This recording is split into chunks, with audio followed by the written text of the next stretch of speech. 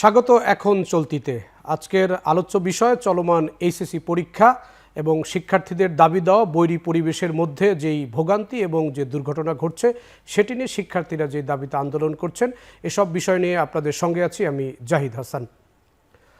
চলমান এইচএসসি পরীক্ষা নিয়ে নানান ধরনের যে জটিলতা তৈরি হয়েছে তার একমাত্র কারণ হচ্ছে টানা বৃষ্টি এবং বন্যার কারণে ইতিমধ্যে চট্টগ্রাম বিভাগের যে পরীক্ষা সেটি সরকার স্থগিত করেছে 2 দিন আগে। তবে গতকালের যে পরীক্ষা 13 তারিখের সোমবারের যে পরীক্ষা, এই দিন 3টি পরীক্ষা ছিল, পদার্থবিজ্ঞান, হিসাব বিজ্ঞান এবং যুক্তিবিদ্যা।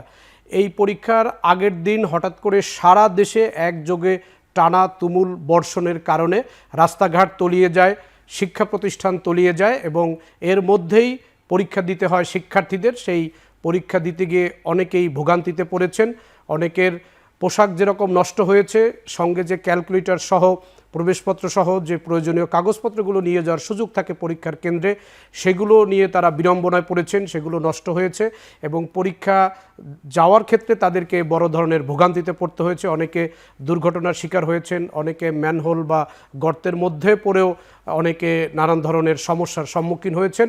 পরীক্ষা শেষ হওয়ার পরে শিক্ষার্থীরা এ নিয়ে মিশ্র প্রতিক্রিয়া ব্যক্ত করে গতকালকেই।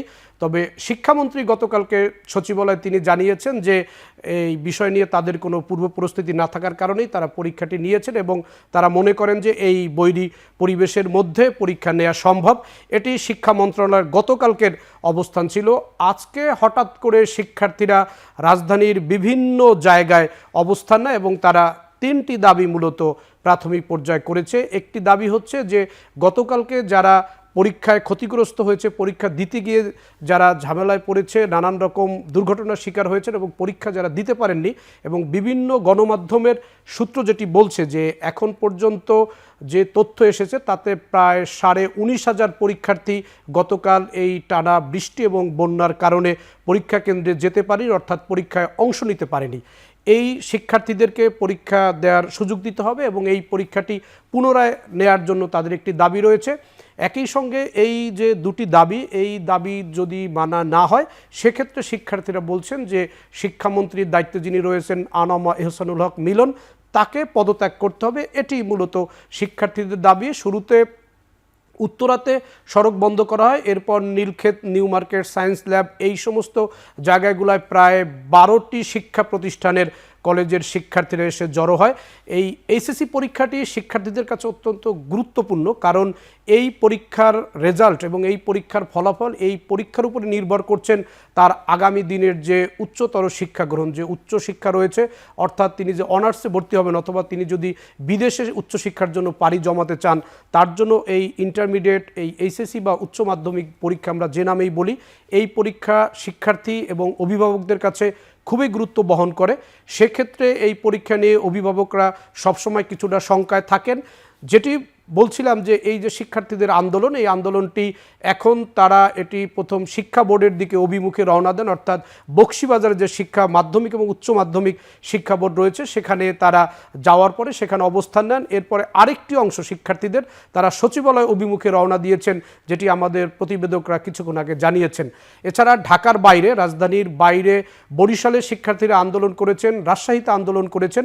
সেখানেও তারা যেই দাবিটি করেছেন শিক্ষার্থীরা, যে এই বৈরী আবহাওয়া, অর্থাৎ যে পরিস্থিতি রয়েছে এবং যে দুর্যোগের পরিস্থিতি রয়েছে, বন্যা রয়েছে, পানি যদিও বৃষ্টি থেমে যাওয়ার কারণে নামতে শুরু করেছে, তারপরও তারা বলছেন যে এই বৈরী আবহাওয়া, দুর্যোগপূর্ণ পরিস্থিতি শেষ না হওয়া পর্যন্ত যাতে পরবর্তী পরীক্ষা না নেওয়া হয় সেই বিষয়টি তারা আবেদন জানিয়েছেন। 16 তারিখে পদার্থবিজ্ঞান, হিসাব বিজ্ঞান এবং যুক্তিবিদ্যা এই দ্বিতীয় পর্বের পরীক্ষা রয়েছে, সেই পরীক্ষাটি না নেওয়ার জন্য তারা অনুরোধ করেছেন, সরকারের প্রতি আহ্বান জানিয়েছেন। কারণ শিক্ষার্থীরা বলছেন যে এই বৈরী পরিস্থিতি আগে নিয়ন্ত্রণে আসুক, এই দুর্যোগ পরিস্থিতি নিয়ন্ত্রণে আসুক, তারপরে যাতে সরকার শিক্ষার্থীদের পরীক্ষার জন্য বলে। এইটি হচ্ছে মূলত মোটা দাগে শিক্ষার্থীদের আবেদন এবং 3টি যে দাবি, সেই দাবির মধ্যে তাদের হচ্ছে যে সবাইকে পরীক্ষা দেওয়ার সুযোগ দিতে হবে যারা গতকালকে পরীক্ষা দিতে পারেনি, এবং এই বৈরী পরিস্থিতি শেষ হোক, এবং এই 2টি দাবি মানা না হলে তারা শিক্ষামন্ত্রী পদত্যাগ চান। এই দাবিতেই মূলত সকাল থেকে রাজধানী সহ দেশের বিভিন্ন প্রান্তে শিক্ষার্থীরা আন্দোলন করছেন, তাদের দাবি দেওয়া মানার জন্য তারা আহ্বান জানিয়েছেন। আমরা দেখেছি এর আগে এইচএসসি পরীক্ষা সাধারণত বাংলাদেশে মার্চ, এপ্রিল এবং মে এই ৩ মাসের মধ্যেই অনুষ্ঠিত হয়। এটি আমরা দেখে আসছি। সাধারণত শিক্ষা মন্ত্রণালয়, সরকার এ ধরনের একটি কর্মসূচি, সময়সূচি তারা পূর্ব পরিকল্পনা অনুযায়ী নিয়ে থাকেন। এবছর এটি, এর আগে আমরা দেখেছি করোনার সময় ২০২০ সালে এই পরীক্ষাটি হয়েছিল সেপ্টেম্বরে। তখন এই করোনা ভাইরাস প্রাদুর্ভাব এবং সেই দুর্যোগ এবং সেই মহামারী বিবেচনা করে তখনকার সরকার তারা শিক্ষার্থীদেরকে স্বল্প মূল্যায়নে এবং অটো পাস, একটি যে কথাটি বলা হয়, সেটি তারা সিদ্ধান্ত নিয়েছিলেন। তখনও এটি নিয়ে নানান রকম প্রতিক্রিয়া দেখা গেছে এবং সে বছরও পরীক্ষা ঠিকঠাক নেওয়া যায়নি এই করোনা ভাইরাসের কারণে।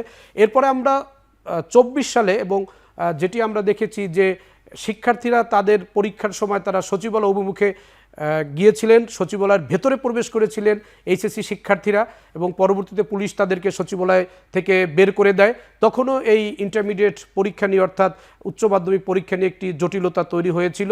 এরপর এবছর পরীক্ষা শুরু করা হয়েছে জুলাইয়ের ২ তারিখে, প্রথম সপ্তাহে জুন এবং জুলাই বাংলাদেশের বর্ষাকালীন সময়, অর্থাৎ এ সময় বর্ষা, টানা বৃষ্টি, আষাঢ় মাস রয়েছে এবং যে বর্ষাকাল যে ঋতু আমাদের, সেটির এই জুন জুলাইয়ের মধ্যে থাকে এবং এ সময় ঘন ঘন বৃষ্টি হয় এবং এই বৃষ্টির পানি, পাহাড়ি ঢল বা উজানের পানি অথবা নদীর পানি হঠাৎ করে দেশের এলাকায়, বিভিন্ন এলাকায় ঢুকে পড়ার কারণে বন্যা দেখা যায়, যেটি আমরা এবার চট্টগ্রামের কয়েকটি অঞ্চলে দেখেছি, কক্সবাজার, চট্টগ্রাম।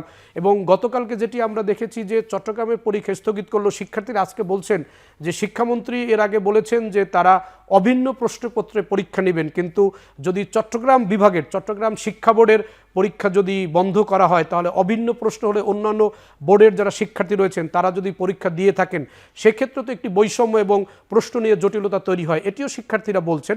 সব কিছু মিলিয়ে এইচএসসি পরীক্ষার এই বৈরী আবহাওয়ার মধ্যে শিক্ষার্থীরা আপাতত তারা বলছেন যে পরীক্ষাটা কিছুটা পিছিয়ে দেওয়ার জন্য, যাতে এই পরিস্থিতির মধ্যে তাদের পড়তে না হয়। কারণ পদার্থবিজ্ঞান, যারা বিজ্ঞান বিভাগের শিক্ষার্থী, তাদের জন্য একটি গুরুত্বপূর্ণ বিষয় এবং এটি একটি কঠিন বিষয়, এর জন্য ভালো প্রস্তুতি দরকার এবং এই পরীক্ষায় ক্যালকুলেটর নিতে হয়, যেটি শিক্ষা বোর্ড কর্তৃক যে নির্ধারিত রয়েছে সাধারণ যে সায়েন্টিফিক ক্যালকুলেটর, সেটি তারা নিতে পারেন। হিসাব বিজ্ঞান পরীক্ষার জন্য তাদের ক্যালকুলেটর নিতে হয়। এক্ষেত্রে এইটি বৃষ্টিতে ক্ষতিগ্রস্ত হয়, যেটি গতকালকে হয়েছে। শিক্ষার্থীরা বলছেন প্রশ্ন যেটি তাদের বহন করার যে ফাইল থাকে বা প্রবেশপত্র থাকে, রেজিস্ট্রেশন কার্ড থাকে, এই জিনিসগুলো বৃষ্টির কারণে, ছাতায়, এই টানা বৃষ্টির কারণে ছাতায়ও এই বৃষ্টি তেমনটা নিয়ন্ত্রণ করা যায় না। এবং আমরা গতকালকে দেখেছি ছোট ছোট ডিঙাতে করে, ছোট নৌকায় করে, অনেকে হেঁটে, অনেকে ভ্যানে, অনেকে ট্রাকে করে তারা পরীক্ষা কেন্দ্রে যাওয়ার চেষ্টা করেছেন। সেই পরীক্ষা কেন্দ্রে যাওয়ার সময় অনেকে দুর্ঘটনার শিকার হয়েছেন, যেখানে খানাখন্দ রয়েছে, রাস্তাঘাট ভাঙা রয়েছে। ঢাকা শহর, ঢাকার বাইরের বিভিন্ন সড়ক বেহাল অবস্থা রয়েছে, সড়কগুলো ঠিকঠাক মতো সেখানে নির্মাণ কাজ হচ্ছে না এবং অনেক দিন থেকে সংস্কারের দাবি রয়েছে। এরকম অনেক সড়ক রয়েছে যেই সড়কগুলোর মধ্য দিয়ে স্বাভাবিক সময় যানবাহন চলতে ঝামেলা হয় এবং শিক্ষার্থীরা সহ সাধারণ মানুষ তারা এবং জনসাধারণের জন্য চলাচলে বিঘ্ন ঘটে। সে ধরনের সড়কগুলোতে পানিতে তলিয়ে যাওয়ার কারণে কালকে অনেক জায়গায় আমরা দেখেছি যে সামাজিক যোগাযোগ মাধ্যমে এই চিত্রগুলো ছড়িয়ে পড়েছে, যে শিক্ষার্থীরা রাস্তা দিয়ে হেঁটে যাওয়ার সময় হঠাৎ করে তারা পাশের যে ভাঙা যে সড়ক বা যে ফুটপাথ, সেখানে তারা পড়ে গেছেন, ছাতাসহ তাদের সাথে যে জিনিসপত্রগুলো রয়েছে সেই জিনিসপত্রগুলো সহ তারা পড়ে গেছেন। এরকম বিষয়গুলো আমরা দেখেছি। শিক্ষার্থীদের পাশাপাশি শিক্ষার্থীদের যারা অভিভাবক রয়েছেন তাদের মধ্যেও আমরা উৎকণ্ঠা দেখেছি এবং এই শিক্ষার্থী এবং পরিবারের যে উৎকণ্ঠা এবং এই বৈরী আবহাওয়ার কারণে যে পরীক্ষা নিয়ে জটিল পরিস্থিতি তৈরি হয়েছে, এ নিয়ে সরকারের পক্ষ থেকে আনুষ্ঠানিকভাবে এখন পর্যন্ত কোনো ঘোষণা আসেনি এই বিকেল পর্যন্ত।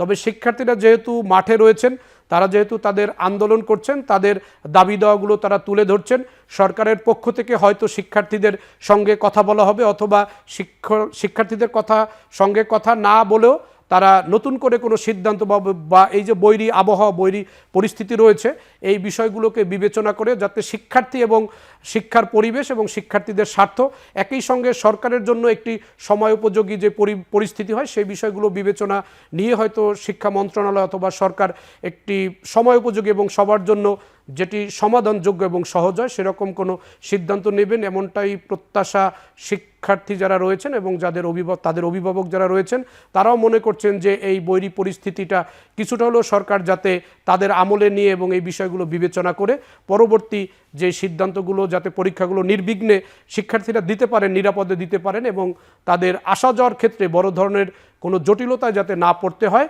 সেই বিষয়টি মূলত শিক্ষার্থীদের মূল দাবি এবং 3টি দাবি নিয়ে মূলত শিক্ষার্থীরা আন্দোলন করছেন। এর মধ্যে একটি দাবি হচ্ছে শিক্ষামন্ত্রীর পদত্যাগ।